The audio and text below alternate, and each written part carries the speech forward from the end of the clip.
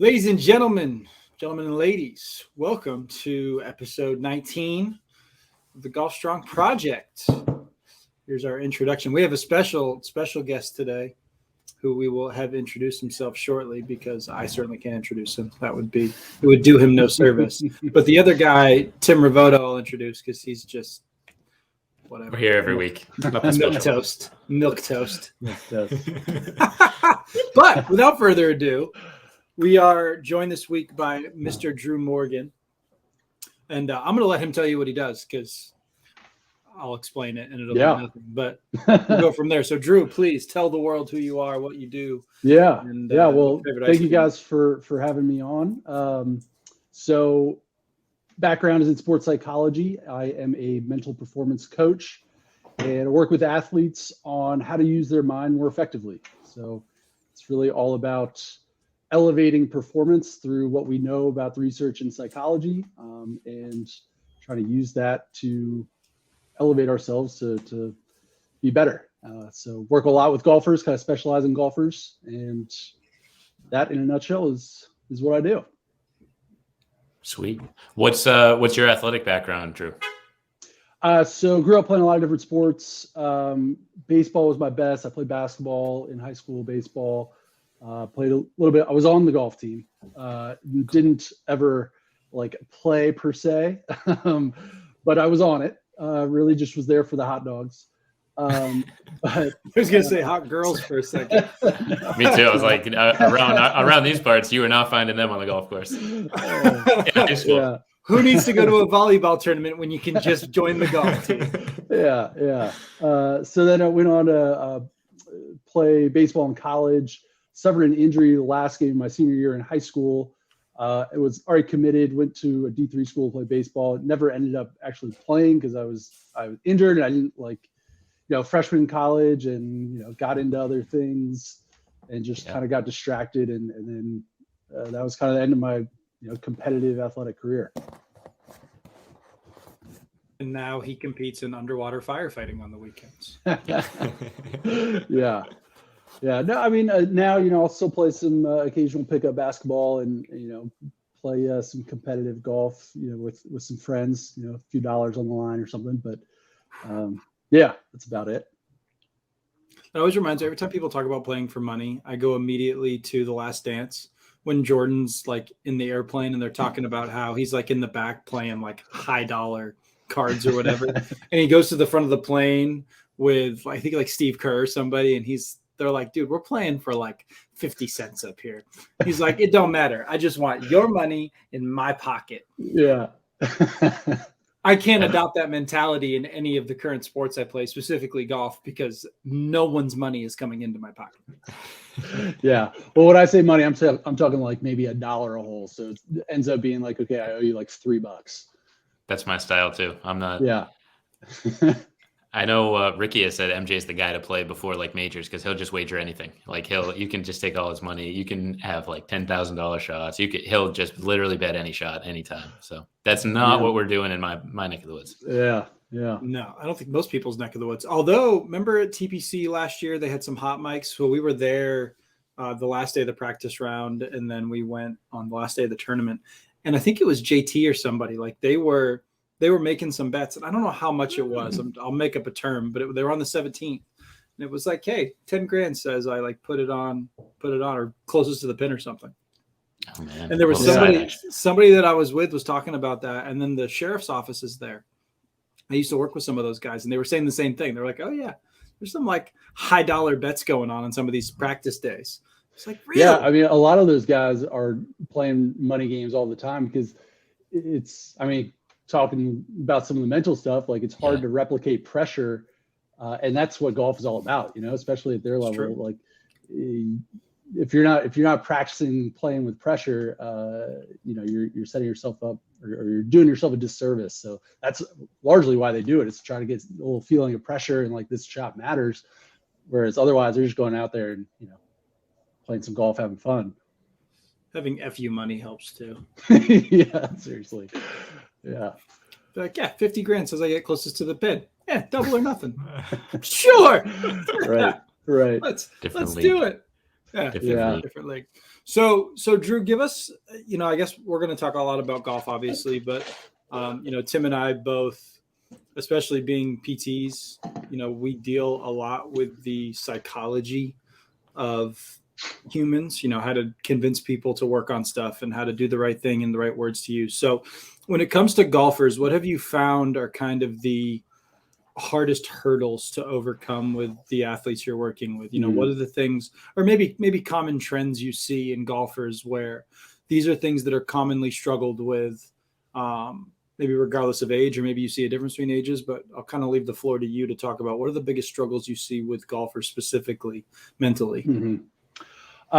So a few different things. I think one thing is expectations. So having high expectations going into a round can be a killer. I think we probably all experienced this at some point. You go out to the range and you're just flushing it, right? Like just smoking it. You're like, you turn to your buddy, like, yo, I'm going low today. Yeah. And then you shoot like 105 or something, right? It's because we have these high expectations. And then with that, we're instantly adding a bit more pressure on ourselves. Then it becomes harder to bounce back after mistakes. We're grinding instead of kind of letting it happen. So that's one thing. In the same realm is obviously playing under pressure. I mean, that's the big one when it comes to golf. Playing with a lead. When you're going in the last day of the tournament and you've got a chance to win, like that's some high level pressure that can really easily get into your head.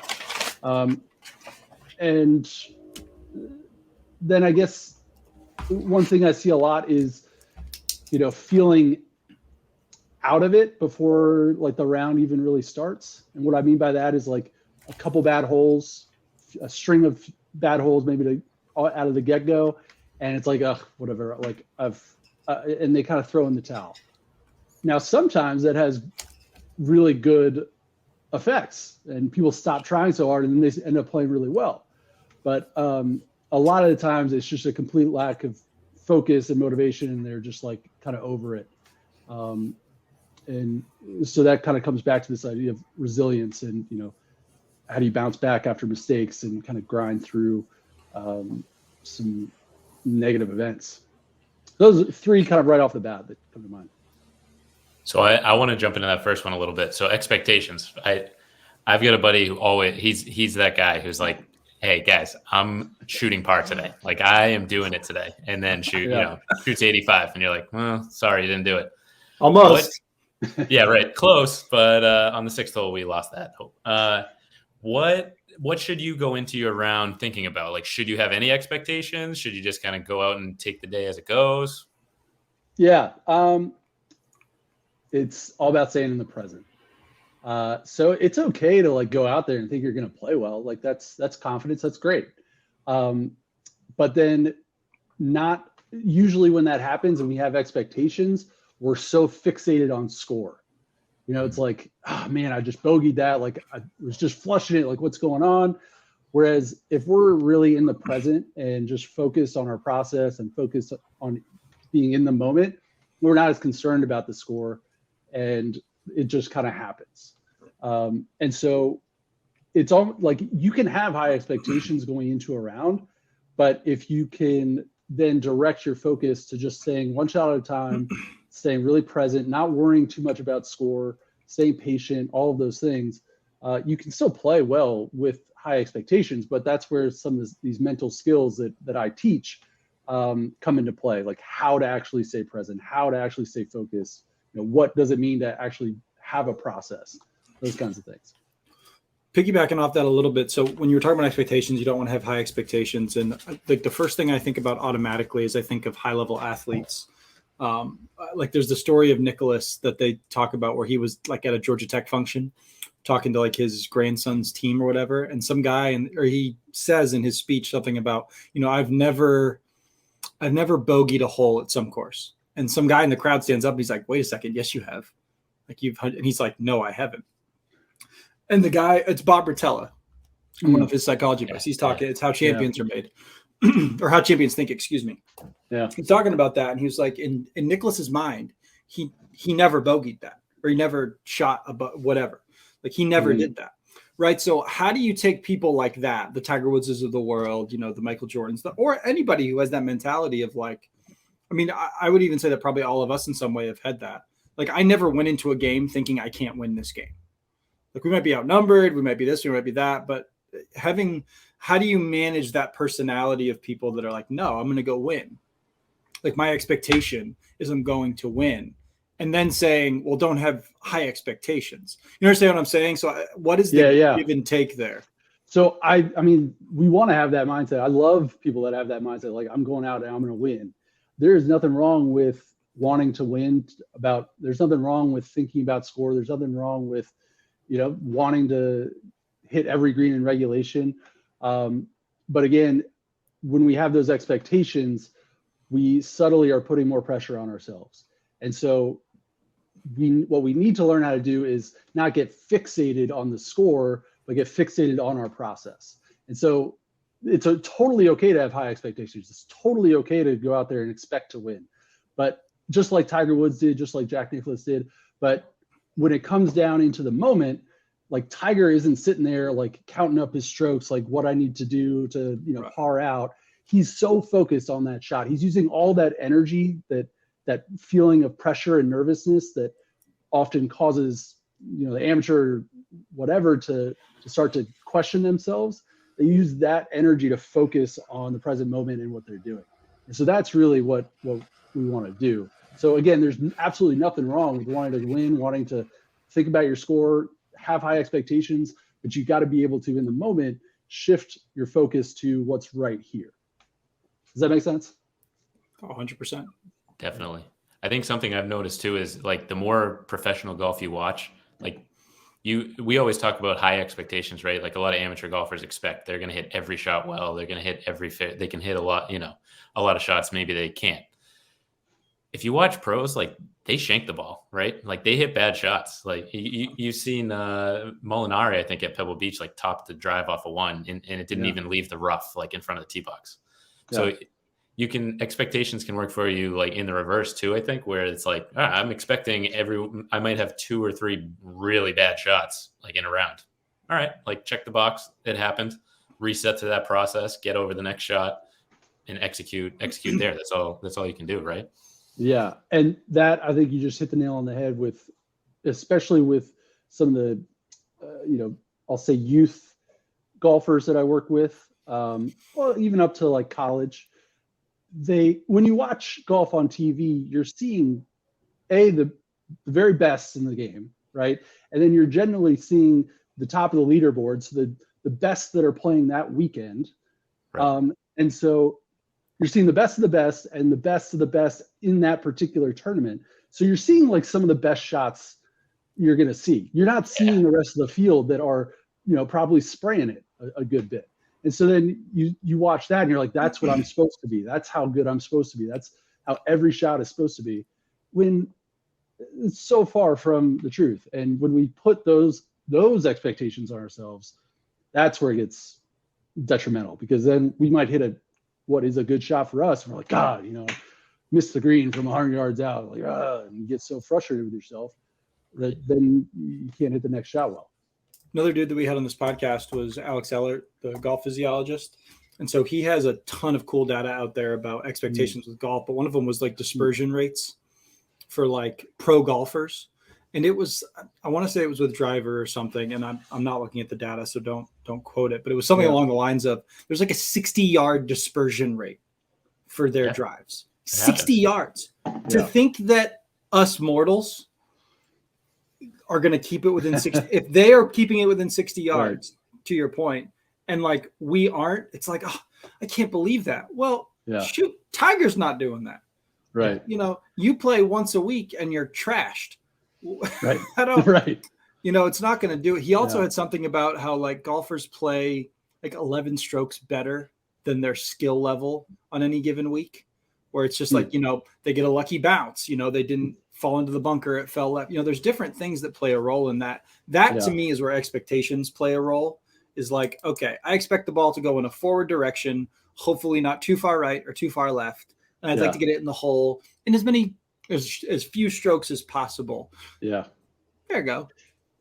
Yeah. And so sorry, go ahead, Tim. No, I was just going to say, like, look at any of the leaderboards, like you said, Drew. Like, Corn Ferry Tour every weekend, they're like high 20s under par.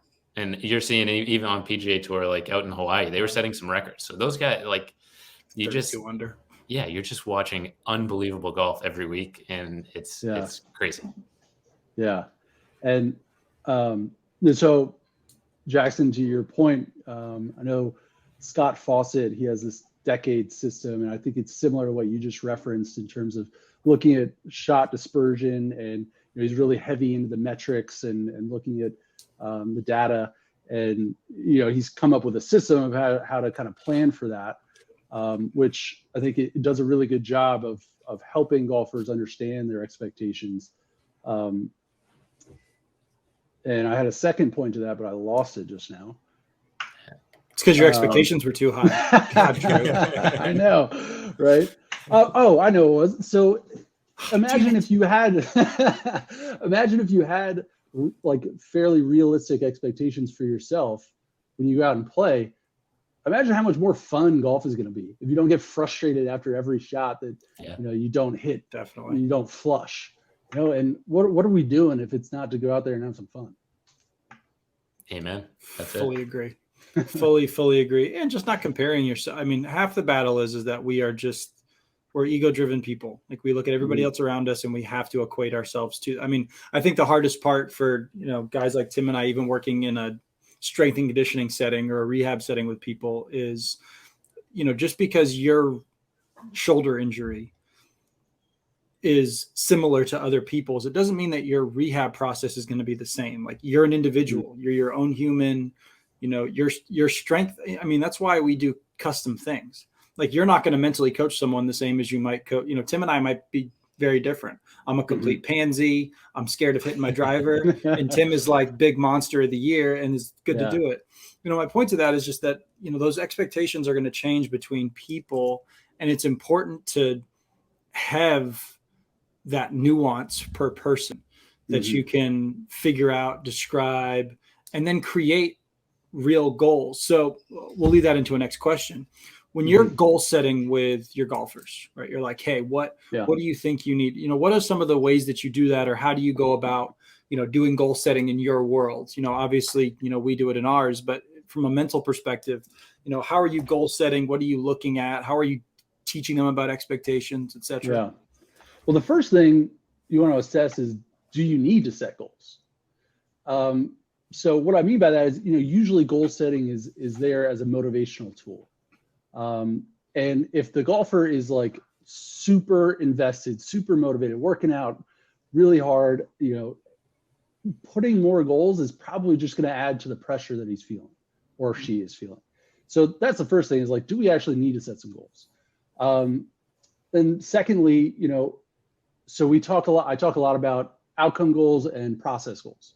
And so outcome goals being, the things that you can measure, wins and losses, greens and regulations, fairways hit, ranking, all that stuff.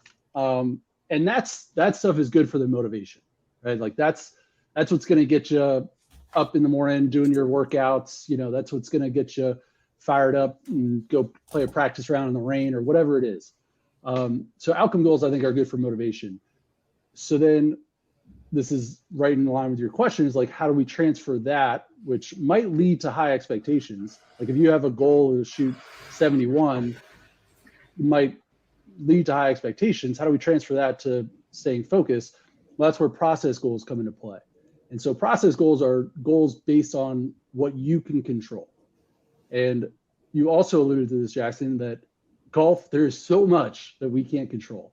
Wind, lie, like bad bounce, like, if there's a little pebble in your way in the putting surface, if there's so much. And we're talking like, even when you hit the golf ball, like fractions of a degree off, and it's going to be a terrible shot. So we want to remove ourselves from caring about the outcome and be so focused on our process that that's what matters. And so setting process goals looks like, was I fully focused on my pre-shot routine? Did I, pick the right club? Was I, thinking about it in the right way? did I take a couple good deep breaths before I took the shot? So whatever it is you can control. And then success is not, did I go low? Success is, did I execute on my process goals that day? Because if you execute on your process goals that day, you're likely you're setting yourself up to have a good score. Not saying that you will, because again, there's a lot you can't control, but you're setting yourself up for that. So that's in terms of goal setting. I focus more on, okay, this tournament, what do you control? What's going to be your focus? Maybe it's a particular swing thought that's been working for you that you want to make sure you're doing every time. But that's how we kind of differentiate. Perfect. I mean, I like it. That's the way it is. Yeah. And those process goals, I know my swing coach always calls it the chaos. Like when you're out on the course, you're just in the chaos, right? You have all the stuff going on. I think those process goals are so key to just helping you manage the chaos, right? Mm-hmm. What you can and can't control. Yeah. Yeah. And, obviously another big part of the mental game in golf is managing negative thoughts. And when you have really solid process goals, it serves as like an anchor point you can always go back to. It's like, okay, let me just chill out. Let me focus on my process goals. Like that's just kind of your anchor point. I feel like golf is also, I don't know, you can answer this question. I feel like it's almost behind in the psychology realm, because that was stuff that we were learning when I was in high school playing football, like when I was doing all those things. But then I feel like in the golf realm, like some of this seems like it's novel to people. Like, what do you mean? What's a process goal or what's that? And I'm just that's just a personal thought. That may not be true at all. But the way that I see some of those things, like that used to be, I can remember being in high school and we were just talking about, this is what you're doing. These are your reads, this or that, the other thing. But it was very rarely about like, how many touchdown passes can you throw? From my coaches to me anyways. Like, how many yards are you going to throw for this game? If you don't throw for this many yards, it's a wash or what have you. It was always like, okay, we're doing this play. All right, what do I do on this play?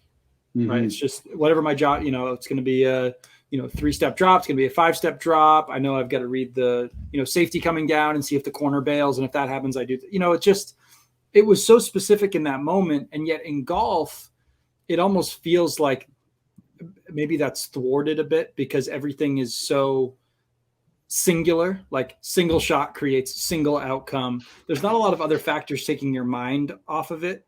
In my mind, like even in basketball, like when I'm shooting a shot, I'm not like, oh, I hope this goes in. I'm like, okay, the defender's cupping up on me. I've got to, you know what I'm saying? Like, I feel like because there's so many other stimuli in different sports, golf is so singular that you have to be able to like be okay in your own brain. Yeah. Well, first off, it sounds like you had some amazing coaches. I did have good. I had great coaches. I definitely didn't know about process goals in high school. Nope. But yeah, Maine, baby. Tim, what do you think? Did you have that experience that Jackson just described? No, definitely not. I'm a runner by trade, so I was always outcome. Like I'm trying to win this race, I'm trying to run X time. That's where I go. And I think golf provides you that immediate feedback that kind of can lead to that thinking, right? Because pretty soon after you hit the ball that you hit a bad shot. Whereas in a football game, you could have a couple bad drives, right? You could play 20 bad minutes and still, pull out the victory at the end. So I think it's tough. Yeah. Running is what events did you do? I was distance, so cross country, 5K, 10K. Yeah. Nice. I love working with endurance athletes because that is so mental. Like how you deal with pain and so much stuff there. And I'm sure you guys they'd be serial killers. Probably. It's true. I mean, there's no other way. It's like the same people that free solo. Yeah. Go watch The Alpinist. I just did. I've heard it's really good, actually. Oh. Yeah. If he wasn't as good as free solo. Oh, better. Yeah. Not even close. Yeah. Whoa. Yeah. This dude's really like a no name dude. But like again, would be a serial killer if he wasn't a climber. You got to be like 8,000 feet in the air with like a hand on and there's nothing below you, like a piece of ice, and you're just like, is it beautiful? That stuff is wild, right? Oh, it's crazy. Anyways, my TED talk is over on the Alpinist. I forgot where we were. You were mentioning endurance, working with endurance Yeah. athletes. Oh yeah, no, it's just fascinating, like because that's a whole nother aspect, and I think there's probably some of that in football too, like so many people playing with injury. But I think Jackson, what you were alluding to is the difference of like basketball, soccer, football, like those are so fast sports, right? Like you're always kind of doing something. Sure, football, like you have some short breaks, but cross country running, golf, you got a lot of time to sit and think, right? Like it's just you and your mind. Whereas football, basketball, like you're running, like there's, like you said, there's a lot of stimuli going on. Tennis as well is another, like you got a lot of breaks. That's why baseball as well, like got a lot of breaks, a lot of time to think. And so those sports are usually, at least right now, what are attracting a lot of mental coaches. There aren't actually a ton of mental coaches working in football. I mean, there are, but not like the MLB now has, each team has 1 to 3, maybe 5 mental coaches on their staff. Wow. To work with the whole organization, right? Like AAA, AA, all of that. Golfers at this point, like if you're not working with a mental coach, like pro golfers, if you're not working with a mental coach, like you're hugely missing out. And same is going to be true with tennis. I don't know so much about running, but I know like how you can deal with pain and how the conversations you're having in your head is going to directly relate to your times. Did you ever learn anything about like how to manage that? Yeah, I had a coach. He was a Portuguese guy who was unbelievable, and he ran himself. So he was a teacher by trade, and he was always process oriented, right? So like for our workouts for the day, he was talking about always, how this is going to pay off in 6 months, or that was always, we're doing this work this week, we're hitting this mileage, so that in October when we have the regionals where we just dominate, we have that confidence. And it was more that long term. Yeah, we're building, we're putting water in the bucket every day, and then we're gonna drink all year. So yeah, I didn't have great. That was the only coach that I had was great. Otherwise, they were just like, yeah, go run 5 miles and then come back. yeah. It's probably most coaches. I mean, if we're being fair, I mean, anybody can be a coach, and that's not to say that there's the world's just full of terrible coaches and kids should never play sport. I mean, I think it's great I actually think it's important for kids to see the difference between good and bad coaches. Yeah. And the benefits that has you and, what you learn from them. Because I think that probably all sports, the same principles are going to overlay, even, football to tennis to running to, it's still going to be, are you disciplined? Are you showing up every day? If you don't show up to practice every day, you don't focus at practice every day, your results are going to speak for themselves. So you have to show up to do those things. And I feel like I was lucky enough to have really good coaches that were always pinning that into our heads. Obviously, thankfully, Tim and I are from the greatest sports area of the country. And we've had Bill Belichick, whose biggest thing is do your job. Yeah. And it's literally all process. Like he doesn't care about anything else. Like it's a process. Did you show up? Did you work hard? Like there'll be games that they lose, and he's just like, guess what? Our practices sucked this week. We weren't focused enough. We're on to Cincinnati.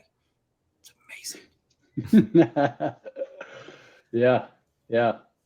And it can be, relating this all back to golf, though, it can be really hard to be process focused when you got a lot of time to think, and you're like, I'm, 5 back from the leaderboard. Like I want to win. It can be really hard to stay focused on your process. Definitely. I'm curious, obviously pro golfers, a lot of colleges have mental coaches. Do you have any experience or have you heard of like caddies working with mental coaches? Because I would imagine the caddy is an important role as far as the pro golfer goes. Yeah, that's a great question. I know that caddies will take like some classes on the mental side and learn up about it. I've never worked with a caddy. Well, actually, that's not true. I've worked with, I will have sessions with the golfer and their caddy, which is really fun and interesting. So in that way, and I imagine I'm not the only one, but I don't know of any like specifically caddies. I'm sure they do work specifically with a mental coach. Yeah, I mean, they don't make a ton, so I imagine they don't have like the liquid budget for that like their player might have. But I would imagine that'd be beneficial having them both together, really work on that pre-shot process and that that whole side of things. Absolutely, and just to have the caddy know a little bit more about what makes my golfer tick. When does he get hot or when does she get hot, and what can I do to help them slow down or calm down or whatever. Like those conversations are huge because they're their coach essentially out on the course. So yeah. How do you handle things like, so I mean, you see this a lot with people where I'll use Primetime as an example, right? Deion Sanders, where he would talk about how like off the field, nice guy, cordial with everybody. I mean, he had like his stuff, but like on the field, he was Primetime. Like he wasn't Deion Sanders anymore. He was Primetime. And you hear that from a lot of different athletes or performers where, off of their field or stage of choice, like they're very quiet or shy or affable, but the minute they step on, it's like the switch flips and like they're getting after it. So is that something that you just see inherently in people or that you try to teach some people? Because obviously when you're a competitor like that, it sometimes can hurt you to be like, I'm this like big killer now and I got to like get after it. Like in between golf shots, a lot of times we're like, hey, look around, enjoy the sunshine, as opposed to being like, I'm gonna beat everybody in this bitch today. No one's beating me. Like, sometimes that can make you a little more rigid. So, I guess my question is, how are you handling people that are kind of like that switch goes off? Or what does that look like when they're like, you're no longer my friend. I don't like you. I'm here to win this thing. And like, they turn into like this, like alter ego of sorts. Like, what does that look like on the mental side of coaching? Cause I mean, Tim and I look at that stuff and I'm like, hell yeah. Like, no, I'm not your friend right now. I'm trying to beat your ass. Yeah. Or however you want to look at it. Like, I'm a different person. I'm not going to be this gigantic douche, all the time. I'm not going to be able to ever be married, have kids, and be happy. Yeah. Well, you said it right there, is alter ego. And subtly what Primetime did, what anybody else like that, Black Mamba, like Kobe, although Kobe's such an outlier because he's just like, he was this just crazy competitive. Yeah. But they have like over the years learned to create this kind of alter ego. And so I love it when the athletes that I work with are hyper competitive and like, let's go, like I'm ready to bury you. Like that's easier to deal with than coming in there timid. And that's what I see more often is athletes coming in and like I don't want to like upset you, or like I don't want to do anything to hurt your feelings, or I don't want to be arrogant. I don't want to be seen as arrogant or overly confident. And because that's their nature in real life, is to be humble and gracious and kind and respectful, which is what we want, right? Like those are all great traits. But when you step onto the court, you want a little bit of that killer instinct. And so I talk, especially with some of my more youth athletes, but I'll talk about it with all athletes, like let's create kind of an alter ego. It's like define what the qualities that you want to have when you step onto the court or onto the golf course or whatever it is. And what's it going to take? Like, how can you step into that? And then I have them name it. And I might even, especially if it's a kid, I'll have them like draw it out, like what they look like. And so then it is kind of like, all right, I'm going to flip the switch. Like I'm turning on soccer mode, or I'm turning on basketball mode, or I'm activating my alter ego. And like you said, you see it in performers too. Like Beyonce, I think, is known to have Sasha Fierce or whatever. So it's a lot of high performers do that because they have to access a different part of them that is not as natural. Yeah. My favorite example of this is Mike Tyson. If you hear him talk now about like his fights 20 years ago, he's literally talking about a different human. It's crazy. Huh. There are rumors of like him being hypnotized when he was young and like different, maybe questionable practices, but it's amazing to hear him he almost has like 2 or 3 separate lives where he has like boxing Mike, champion Mike.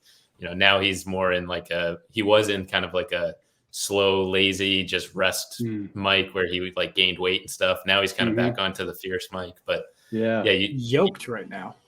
Oh yeah, I would not want to meet him on a back alley. No, but he'd probably walk up to you and be like, "Hey man." I'm sure he's a very nice guy. You want some weed? You want some weed? My restaurant's over here. I love that guy. Well, but I think that those things, so we were talking about like being able to switch on and off, right? That's not a new thing. Like one of my favorite books I just finished up reading was called Gates of Fire, which is about the Spartans. So it's a historical fiction essentially about the Spartans. Well, it talks in that book about something that they did where before they would go into battle, they would have like this bracelet basically.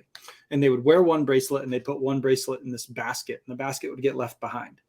Right. And they were basically just 2 ends. So the bracelet that they put in was basically they are a father, they are a husband, they are a friend, they are kind, they are gentle, they are humble, etc. So they put that away.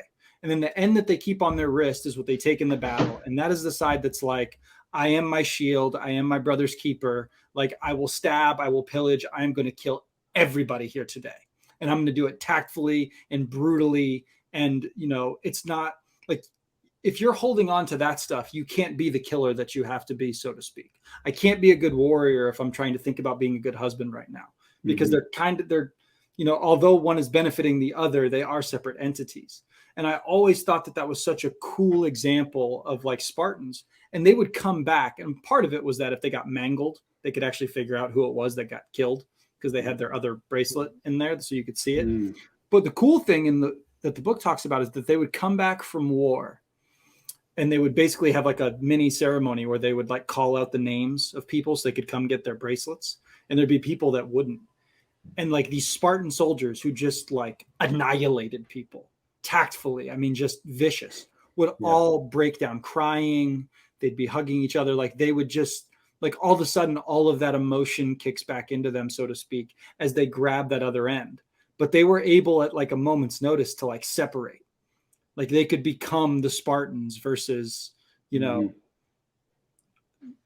know, Leonidas, who was just a dad and a husband and a king. Like they almost could identify separately with them, but it allowed them to be a indefatigable, undefeatable, for the most part, battling force. And I think that's over time, we've morphed that now into sports because this is, instead of us killing each other for funsies, for the most part, like sports is like how we get into the arena. And I think that it's cool to kind of look at where we've come from and adapt it that way. Like that's the way I like to think of it now is like, okay, I can't be great here if I'm thinking about all of what it takes to be over there. Like, I'm getting into Stephen Pressfield, who actually wrote that book, talks about me and me incorporated. Like when I'm at home, I'm just me. But when I go to work, I'm me incorporated. I'm going to pimp the hell out of myself. Like, I'm awesome. I'm great. I can sell my company to anybody. But when I go home, I'm not that guy. Like, do you find that you explain it to people like that? Or is that like way off in left field?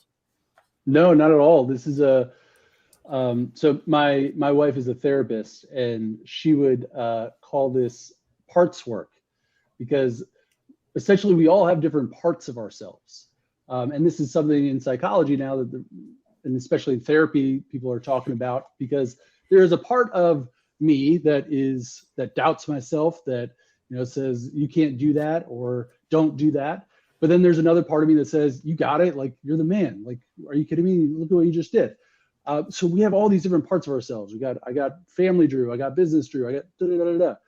And when you acknowledge that, and when you can recognize that, and you can lean into those different parts that you want to lean into and say nah to the parts that you don't want to lean into, that really, I think, can be really powerful.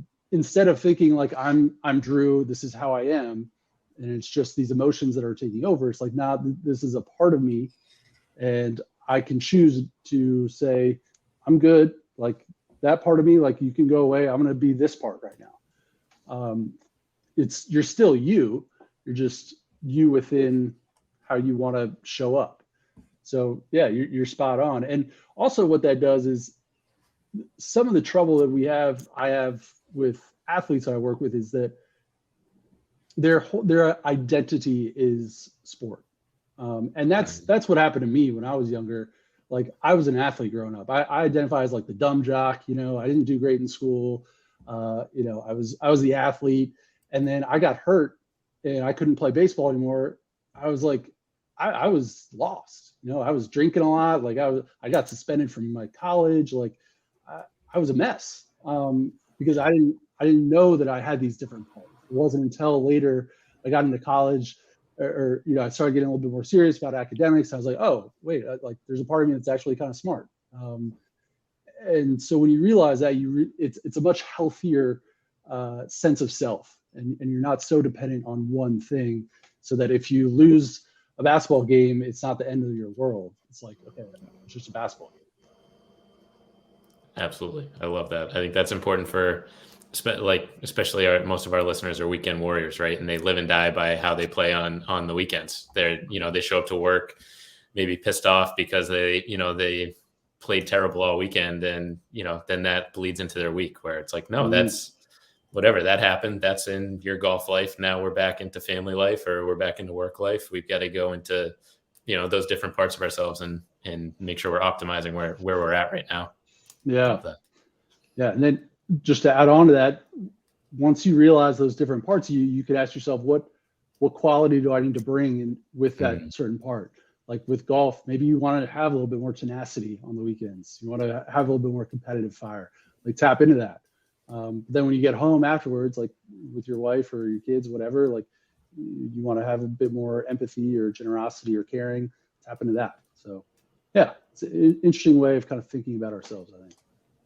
Yeah, love it. There's a lot of reflection involved in that. I think if there's one thing that we lack, it's the ability to reflect. I don't remember where I heard the quote from, but it was like, there's nothing more beautiful in the world than the reflective mood. It's one of the things that we don't do a good job of. Like one of the things I'll talk with athletes about, or the clients I work with now, is at the end of a round, take a second and just write down how you thought you played, your thoughts, what you were thinking about, what you were doing. I mean, it's no different than like me. I journal every morning religiously, but a part of that is so I can put down things that are on my mind, write about them, reflect on them. But that also allows me to be like, hey, last weekend, I didn't have that tenacity that I was looking for. How did that feel? What was I doing in that moment? What did I do differently? And what can I do about that? And, that to me is something that gets missed oftentimes, is we're so, even if we're focused on the process and we're doing everything right, but it's all in preparation or during, often we forget the reflective side of that. Is how did I do? How do I feel about how I did? What could I have done differently? And then take that into your preparation. And that also allows you to change expectations. Like, all right, maybe that wasn't exactly where I was. Let me work on these things to see how I can improve that. I find so often that people are super willing to get ready, but they're not always ready to look at the results and say, okay, what happened? Because that can be hard, especially if those results aren't good. It's easy to watch, good film and all that stuff. And there's definitely a place for that. But to look at something and go, where did I screw up? What's wrong with this picture? What can I do differently? How can I look at this from 10,000 feet and make a change? Do you have something that you do with your players or with your clients or even with yourself that gets into that a little bit? Do you think that's important? Yeah. Oh, 100%. Yeah. What I teach or what I recommend is one up, one down, one thing I learned. So one thing you did well, one thing you didn't do so well, and one thing that you learned. Keep it simple. Reflection doesn't have to be an hour of journaling and writing a bunch of different notes. It's just like have some sort of process. And reflection can there's tons of different ways of doing it. You can, call your buddy on the way home from the round and just like debrief it with him and kind of go through it that way. Or audio record yourself talking into your phone on the drive home, or at some point, like talking through it. So it doesn't have to be one. I think when we think of reflection, we think of like, all right, let's get candles lit and like our journal and like all this kind of. It doesn't have to look that way. It can be short and sweet. But I absolutely agree, because that's where we learn. right? Absolutely. Reflection. Absolutely. Yeah. Well, questions. The last question I had was just talking about keeping up that focus through the round, because I think that's something where us on the physical side of things and then you on the mental side of things overlap, right? A lot of the people we work with get tired physically during their round, right? And then their golf suffers. Mm-hmm. And then we also see people who, mentally just get tired, and, by the back nine or the 15th hole, they're mentally tired. What are your thoughts on, some ways to maintain that focus, or at least maintain those energy levels so you can focus as you get towards the end of your round? I think the first thing is that you don't need to be focused all the time. Mm-hmm. Over a 4.5, 5 hour round, to think that you should be focused on golf that whole time, even if you were able to do that, you would be so burnt out. And so mentally taxed, and probably physically taxed as well. So I say, that's where the pre-shot routine is so critical, because in between your shots, like, think about whatever, look around, enjoy yourself. Jackson, I love that suggestion. Like, just get into your environment. Like, you're playing golf. Like, this is amazing. You're outside. It's nice out. Like, just appreciate that. Nothing like some gratitude to help replenish some of your mental energy. But yeah, you don't have to be focused. You don't worry about what you're going to hit on that next shot. You have no idea. You don't know what the lie is. You don't know what the win is. It's like, there's no reason to think about it. There's no reason to think about the last shot. Just take your mind off it, chat with the buddy, and then once you get up to the ball, that's where you click in. And that's where, again, the pre-shot routine is so critical, is like, once you get up to the ball, have a process that you go through where you start to click in. And a good pre-shot routine is going to kind of look like a funnel. You're going to start out with, you got to think about a lot of different things: wind, lie, club selection, or shot shape, etc. And you're thinking about all that stuff. Then you're practicing your swing, but you want to end up completely just focused on your target. Mm-hmm. And that's, or like one swing thought, if that's what helps you. But just have one thing that you're focused on. Otherwise, if you have a lot of stuff going on, as we know, that's never going to work out well. So yeah, I guess that's my biggest piece is just, relax, enjoy yourself. You don't have to be focused the whole time. If you boil it down to each shot, if you're locked in for those moments, it's not a ton of time to be locked in. Right. It's like a minute or two for each shot, right? You just kind of zone in, your swing takes a second, and then you're on to the next one. I think one of my favorite stories is Pia Nilsson saying that Annika, during one of her, I forget what tournament it was, but one of her big wins where she went really low, like between each shot, her task was to plan her meals for the next 2 weeks. So she was just like walking along, all right, Tuesday I'm going to have, grilled chicken and salad. And then on, Wednesday I'm going to have burgers. So even, she shot, I forget what it was. It was maybe one of her 59 rounds or one of her really low rounds. Mm-hmm. And she was totally not thinking about anything between each shot. And just to add to that, because this is also where it becomes very personalized, because there are a lot of people that they don't want to be thinking about other stuff. Like, they are such competitors, and they're like to think about other stuff would be just so, like, if you think about like Michael Jordan, if you were like, don't think about golf in between your shots, he would kill you. Like, he'd be like, no, I'm figuring out every way that I'm going to bury you. Wrong. He's thinking about how much he can take your money. So again, it's the personalization and figuring out what that person needs to do. And that's what you guys obviously do a really good job at, is like personalizing, and that I believe in as well. Yeah. Well, and you can't, the other part about this is we're talking about a skill. You shouldn't be thinking about performing the skill in competition. Like, Steph Curry is not thinking about what his shot looks like. He's not trying to put his fingers in the hoop.